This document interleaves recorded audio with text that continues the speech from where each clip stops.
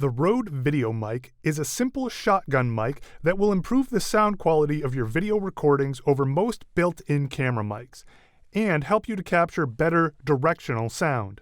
When recording with the Rode VideoMic, a speaking subject will be accurately captured at a distance from between 3 to 6 feet away. However, you should always take into account environmental conditions as well. To begin, open the battery door found on the top of the device and insert a charged 9-volt battery.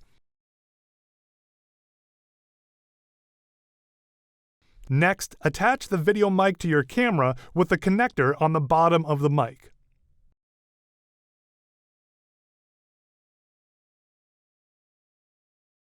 Insert the audio cable into the microphone jack of the device you are using. Always double-check that the cable is plugged in all the way. When you're ready to record, on the back of the device, move the control switch into one of the two positions.